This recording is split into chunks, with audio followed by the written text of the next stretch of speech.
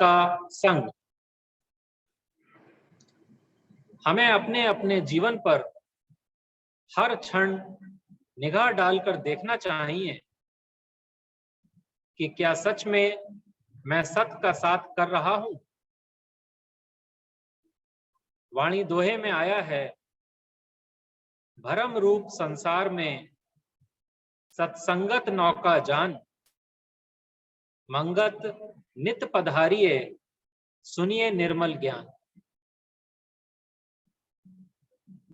प्रश्न आता है कि सत्य कहते किसे हैं। जो चीज हमेशा रहे वह कभी खत्म ना हो उसे सत्य कहा जाता है। महाराज जी ने चेतावनी भी दी हुई है जिसमें बताया गया है कि यह शरीर व संसार दोनों परिवर्तनशील और अपूर्ण हैं। इस अपूर्ण शरीर व संसार में पूर्णता की तलाश करनी महज मूर्खता है।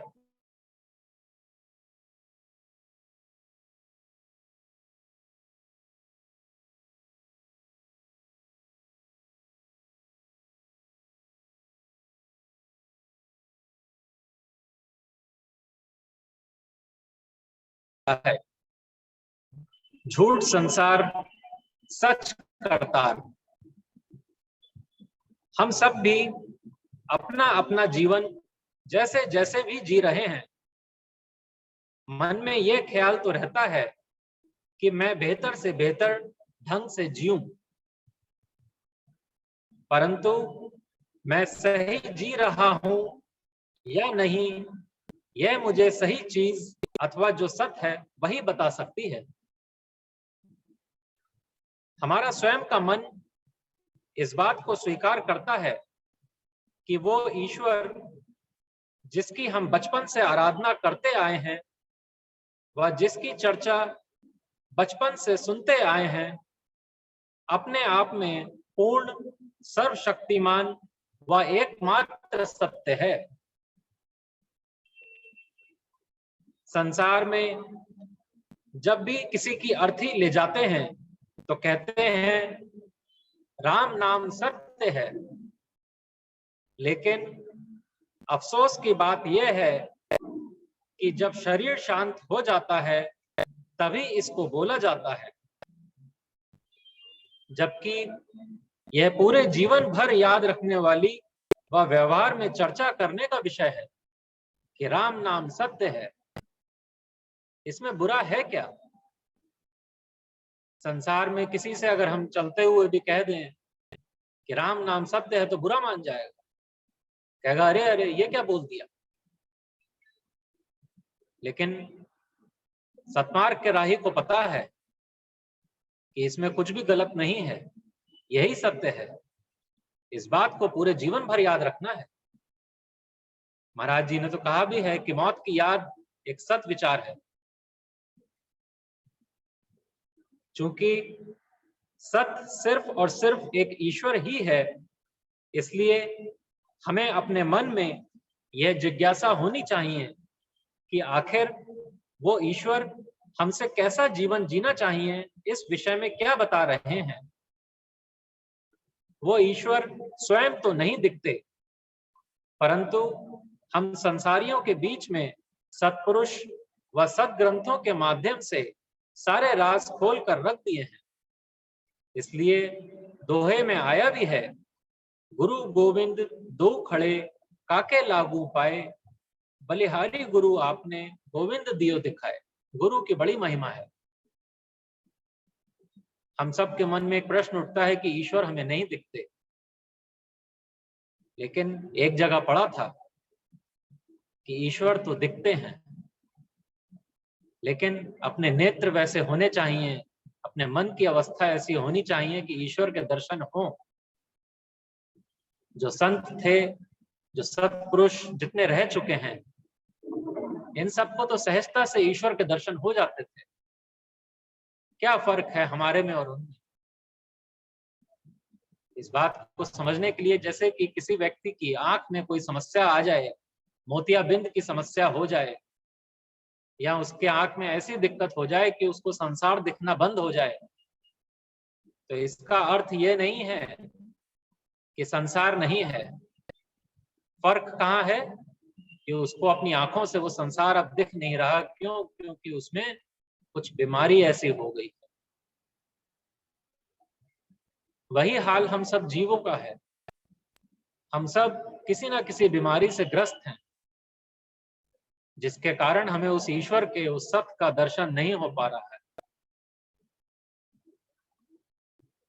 जब गुरु की महिमा अपरंपार है, तो सोचिए कि गुरु की महिमा कितनी अपार है।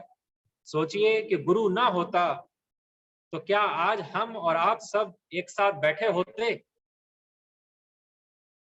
कौन हमें बताता कि क्या सही है, क्या गलत है, क्यों बुरे कर्मों को छोड़कर नेक कर्म करने हैं। समस्त संसार को सही राह दिखाने का काम तो सत्पुरुष व उनके वचन ही कर रहे हैं, और हम संसारी इतने मूर्ख हैं कि जो सही बात बताई जा रही है उसको ही करने में सारी ढील व आनाकानी है। यह सारी बातें हमें 100% ठीक लगती हैं, परंतु चूंकि कई जन्मों से इंद्रियों की व संसार की गुलामी करते आए हैं, या यूं कहें कि असत का साथ करते आए हैं, इसलिए स्वभाव उसके अनुसार ही बन गया है। इंद्रियों का सुख ही हमारा जीवन बन चुका है। इसके विपरीत जाने में कष्ट होता है। हम सभी अपने आप को बहुत बुद्धिमान भी मानते हैं कि जो मैं सोच रहा हूं व जो भी कुछ कर रहा हूं वो ठीक है। यदि हम सही मायने में बुद्धिमान हैं, तो अपने अपने सोए हुए विवेक को सत्संग के माध्यम से जागृत करना चाहिए। तब वाणी हमें आईना दिखाएगी कि क्या सत्य है और क्या असत्य। तब जब बात समझ आएगी, कहा जा सकता है कि सुबह का भूला शाम को घर आ गया। समझ आने लगता है कि मैं कितनी गहरी निद्रा में सोया हुआ था, जीवन को क्या समझ रखा था। तब ऐसा जीव अपने आप को भाग्यशाली समझता हुआ गुरु के समक्ष समर्पण का भाव रखता है। वह गुरु के बताए हुए वचनों पर चलकर अपना जीवन सतोगुणी बनाने की कोशिश करने लगता है। शुरुआत में पिछले स्वभाव के जेरे असर करके सतमार्ग पर चलने में कष्ट जरूर होता है, परंतु कहीं ना कहीं कुछ ठंडक का एहसास भी हो रहा होता है। कहा भी गया है कि शुरू में सतमार्ग विष के समान होता है, परंतु अंत में अमृत समान होता है। संत आखिर होते कौन हैं? संत वो होते हैं जिन्हें अंत पता है। तो उन्हें पता है कि इस सतमार्ग के राह पर अगर चलोगे तो अंत में यह अमृत समान ही होगा। इसलिए हमें धैर्य से काम लेना चाहिए। जैसे परवरिश करते वक्त एक पिता को व माता को पता होता है कि पुत्र व पुत्री के लिए क्या क्या जरूरी है, उसी के अनुकूल निर्देश दिए जाते हैं। वैसे ही वो संत होते हैं जिन्हें अंत पता होता है, वो हमारा मार्गदर्शन भले ही शुरू में हमें कठोर प्रतीत होता हो, परंतु अंत में सुखदायी होगा, ऐसा विश्वास होना चाहिए। सतमार्ग पर चलते हुए भी कभी कभी सतमार्ग के राही को सत्संग, स्वाध्याय व सिमरन कुछ भी करने का मन नहीं करता और समझ नहीं आता कि वो क्या करे। इसको समझने के लिए आपके समक्ष एक प्रश्न उत्तर गुरुदेव ने कहा मैं से आपके समक्ष पढ़ रहा हूं। पेज नंबर 307, 34 नंबर का पत्र है। ये पत्र महाराज जी ने उन प्रेमी के लिए लिखा था जिन प्रेमी ने महाराज जी को पत्र में लिखकर यह कहा था कि वह सत्संग का त्याग करना चाहते हैं। तब महाराज जी ने उनको पत्र लिखकर क्या समझाया, इसको हम और आप समझने की चेष्टा करते हैं। महाराज जी फरमाते हैं कि तुम्हारे विचारों को अनुभव किया गया, सो सूचित होवे कि समता मार्ग में ऐसा उच्च कर्तव्य धारण करना हर एक प्रेमी के वास्ते जरूरी है कि जिस करके सही धर्म की जागृति हो और सर्व का कल्याण होवे। जब समता में दुख को प्राप्त करके दूसरों को सुख देना, निरादर को प्राप्त करके दूसरों को आदर देना, खेत को प्राप्त करके दूसरों से प्रेम करना, दूसरों के मानसिक दोषों का परित्याग करके अपने पवित्र आचरण से दूसरों के कल्याण चाहनी, अपनी अधिक विचारशील बुद्धि होते हुए भी दूसरे मंद बुद्धि वालों से अधिक नम्रता प्रेम से बर्ताव करना, अपने से दूसरों को नित्य ही श्रेष्ठ जानना और उनके गुण की धारणा करनी, अपने नित्य स्वभाव करके दूसरों से हित रखना और शत्रुपन के मुकाबला में अधिक मित्रता से पेश आना ही निर्मल समतावादी पुरुषों का धर्म है।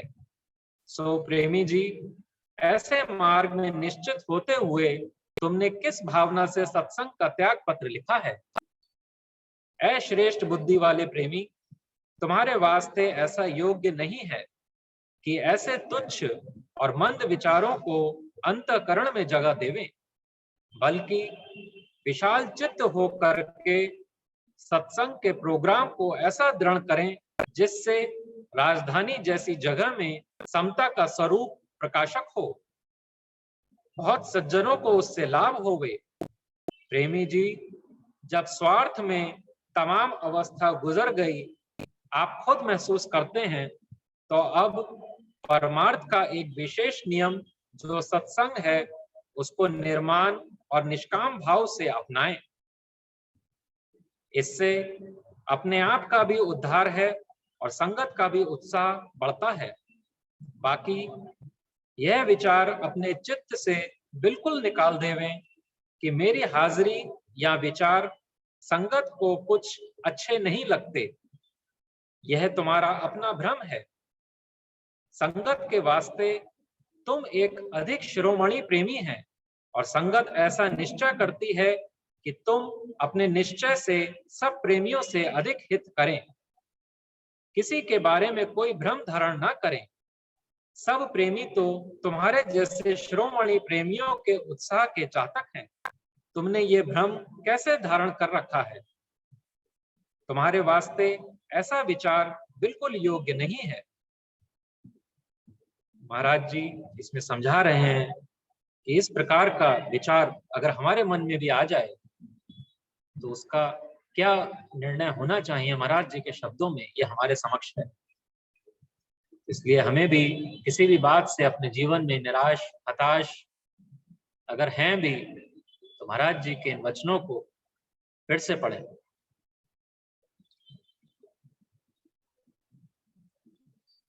पत्रों के माध्यम से सत्संग के विषय में कुछ जरूरी बातें भी बताई गई। कह रहे हैं कि ऐसे सत्संग की बुनियाद कायम करें जिससे तमाम नाम जीवित हो जावे। ये एक बड़ी जिम्मेदारी और सेवा का काम है। तुम खुद प्रेम करोगे और सत्संग में समता के असूल सुनाओगे तो कई लोगों का भला हो जाएगा। तुम्हारा समता का लिटरेचर इतना है कि कोई मुकाबला नहीं कर सकता है। हर एक बात का विचार पूर्ण हो चुका है, सिर्फ तुमको जागृत करना है। सत्संग में सादगी की जरूरत है। प्रेमी जी, किसी के सुधार की खातिर खुद कुर्बानी करें, तभी दूसरे को कुर्बानी का चाव पैदा होता है। हम सब बड़े भाग्यशाली हैं जो महाराज जी की बातें हमारे दिमाग में बैठती हैं, कहीं ना कहीं चलने का प्रयास भी करते हैं। ये हम सब के ऊपर महाराज जी बताना चाह रहे हैं एक बड़ी भारी जिम्मेदारी है। क्योंकि ये बात हमारे मन में बैठी है, हमने चलने की कोशिश करी है। क्यों? क्योंकि सत्य क्या है, असत्य क्या है, ये बात मन में ठहरी है। तो ये हमारी जिम्मेदारी बनती है कि हम समाज में अपना एक ऐसा जीवन जिएं जो एक अपने में बेमिसाल हो। जब हम कुर्बानी करने वाले बनेंगे, तब उसको देखकर लोगों को अचंभा होगा कि आखिर ऐसी क्या बात है। जब आपकी जीवन शैली को वो देखेंगे कि जीवन शैली इस व्यक्ति की बिल्कुल अलग है, तब उनको ये बात मजबूर करेगी सोचने के लिए कि आखिर बात है क्या। तो हम सब भी ऑनलाइन सत्संग सुन रहे हैं, ऑल ओवर इंडिया, वर्ल्ड में और भी बाहर की कंट्रीज से भी लोग जुड़े हुए हैं। हम सभी की जिम्मेदारी है कि सत्संग को अपने अपने जीवन में धारण करें, और कुछ ऐसा हमारा जीवन शैली होनी चाहिए कि हमारे आस पड़ोस, हमारे मिलने वालों में भी इसका समाचार फैले। जब भी कोई बात कही जाती है तो व्यक्ति के दिमाग में कहीं ना कहीं बैठती तो है। जो उसकी इंद्रियां हैं, अगर वो उसको देख रहा है, अपनी आंखों से देख रहा है हमें कुछ अच्छा करते हुए, तब उसको सोचने पे मजबूर करेगी। अपने कानों से वो कुछ सुन रहा है तो उसको सोचने पे मजबूर करेगी।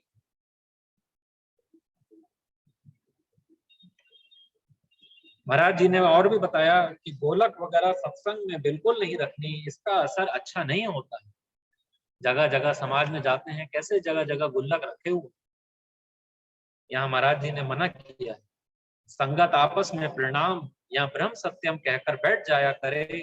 पुस्तक को बिल्कुल माथा टेकना मना है, और सिर्फ पुस्तकों को थोड़ी ऊंची जगह रखकर पाठक साधारण जगह ही बैठकर विचार करें, और किसी किस्म की नुमाइश या गद्दी लगाने की जरूरत नहीं है। ये सादगी तो है जो हमको जोड़ती है सत्संग से। पूरे समाज में हम लोग जगह जगह जाते हैं, देखते हैं क्या हो रहा है। महाराज जी ने तो यहाँ पे नियम साफ लिख के दे दिए। कोई भी थर्ड पर्सन जब इन चीजों को देखता है, हम भी तो इन्हीं चीजों से अटैच हुए। ऊंच नीच का भेद सत्संग में नहीं होना चाहिए, बल्कि हर एक प्रेमी छोटे से छोटा और बड़े से बड़ा सेवा का कार्य सर अंजाम देते हुए अपने आप को एक अनुयायी होने का वो अधिकारी हो सकता है। तभी सही धर्म की जागृति अपने आप में और दूसरों में हो सकती है। हमारा जब तक जीवन है, किसी ना किसी का संग तो करेंगे ही। यदि सत का संग नहीं किया तो कुसंग करेंगे। ये बात निश्चय से जान लें कि अगर हम सत्य की राह पर नहीं हैं तो कुछ ना कुछ कुसंग कर ही रहे हैं। हमें हर वक्त अपने मन में चल रहे विचारों पर पैनी नजर रखनी चाहिए कि मन में क्या चल रहा है। यदि मन में रजोगुणी अथवा तमोगुणी विचार चल रहे हैं तो निश्चित जान लीजिए कि यह भी कुसंग करना ही है, क्योंकि जब विचार रजो या तमो हैं तब शरीर से कर्म भी उसी के अनुसार होगा, और जब कोई कर्म कर लिया तब ये ही संस्कार बन जाते हैं, वह जीव का स्वभाव हो जाता है। इसलिए सतमार्ग के राही को बड़े कदम फूंक फूंक के चलने की जरूरत है। इस बात को और गहराई से समझने के लिए गुरुदेव ने कहा, जैसे एक प्रश्न है, पूछ रहे हैं कि महाराज जी, मनुष्य में दोनों प्रकार के संस्कार मौजूद रहते हैं। सो किसी अच्छे संस्कारी जीव को अगर कुसंग मिल जाए या किसी गंदे संस्कारी जीव को अच्छा संग यहाँ प्राप्त हो जाए तो इसके संग दोष का उन पर क्या असर होता है। कह रहे हैं प्रेमी जी, संग दोष का असर महान है। संग दोष करके शुभ या अशुभ संस्कारों को फल लगते हैं। दोनों प्रकार के संस्कार जीव में रहते हुए भी जिस प्रकार का अच्छा या मंदा संग उसको मिलता है, उसी प्रकार के संस्कार चेतन हो जाते हैं और दूसरे दब जाते हैं। तुम दूसरी तरह समझ लो कि जैसे सारा शरीर टांगों के बिना चल नहीं सकता, उसी तरह तुम्हारा संस्कार रूपी शरीर बिना संग रूपी टांगों के चल नहीं सकता। यह संग ही है जिसके द्वारा संस्कार जागृत होकर प्रकाशवान होते हैं। अगर कोई बड़े ही मंदे संस्कारों वाला जीव है और भूला भटका बूढ़ी पुरुष तथा साधु जनों के संग को प्राप्त हो गया, तो उसके वे मंदे संस्कार दब जाएंगे और जो अच्छे संस्कारों का कुछ कुछ अंश इसमें मौजूद है, जागृत होकर इसकी काया पलट देवेंगे। इस प्रकार की बड़ी बड़ी मिसालें संसार में मौजूद हैं। संग की महिमा बड़ी है, यह ही डुबाने वाला और यह ही तारने वाला। इसलिए हर क्षण सत्कर्म कुछ ना कुछ करते रहें, पता नहीं कब कैसा फल लग जाएगा। सत्संग से फायदा क्या होता है? मन में विचार आ सकता है कि इतना सत्संग करते हैं, क्या फायदा है? हम सभी वाणी द्वारा या कर्म द्वारा जो कुछ भी कहते हैं या करते हैं या सोचते हैं, यदि यह सिद्ध हो जाता है कि मैंने ठीक ही किया, तो मुझे अंदरूनी खुशी मिलती है। ऐसे ही अगर मैं सत का संग या ईश्वर का संग करता हूं, जो लोग भी गंभीरता से इस मार्ग पर चलते हैं वो जानते हैं कि इसकी ठंडक कैसी होती है। उसकी ठंडक को कहीं ना कहीं जो गंभीरता से चल रहे हैं उन्होंने महसूस किया है कि कभी भी विपरीत परिस्थितियां आती हैं, कैसे वो महाराज जी के दोहों को, उनके वचनों को अपने जीवन में तुरंत उस समय ले आते हैं और उस विषम परिस्थिति से कैसे बाहर निकल जाते हैं, जबकि सामने वाला सोचता ही रह जाता है कि वो कितना, सामने वाले लोग टेंशन में रह जाते हैं।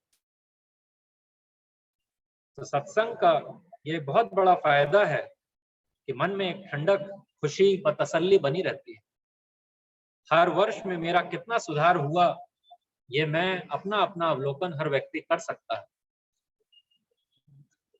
अंत में वाणी को विराम देते हुए यही कहना चाहूंगा कि हम जैसा भी जीवन जी रहे हों, हर पल ईश्वर की याद बनी रहनी चाहिए। यह भी सत का संग करना ही है। जब हर पल ईश्वर का संग बना रहेगा, तब गलतियां कम होंगी या नहीं होंगी। माने विकारों से दूर रहेंगे, जीवन धीरे धीरे सदाचारी व सतोगुणी होएगा, जो कि हर एक सतमार्ग के राही का लक्ष्य है। घोर संसारी व्यक्ति भी उन्हें ही पूछता है जिन्होंने ईश्वर का संग किया। उस मालिक के हर वक्त शुक्राने गाते रहिए कि तेरा लाख लाख धन्यवाद है कि यह शरीर आज सत्संग, स्वाध्याय व सिमरन करने में समर्थ है, क्योंकि सभी की आयु धीरे धीरे बढ़ ही रही है। ऐसा ना हो कि अंत समय आ जाए और यह मुहावरा ठीक हो जाए कि अब पछताए होत क्या कि चिड़िया चुग गई खेत। महाराज जी ने दोहे में कहा है, तीन काल सुख तिसको जो सत्संग में रखे प्यार, मंगत ये सत साधना जो साधे पाए उद्धार। इसलिए समय रहते इस शरीर रूपी खेत का श्रेष्ठ इस्तेमाल करते हुए जीवन को ईश्वर परायण बनाना है, ताकि जब अंत समय निकट हो, शरीर की कैसी भी अवस्था हो, मन हमारा शांत होना चाहिए, जो कि सिर्फ और सिर्फ सत्संग के माध्यम से ही हो सकता है। ओम ब्रह्म सत्यम।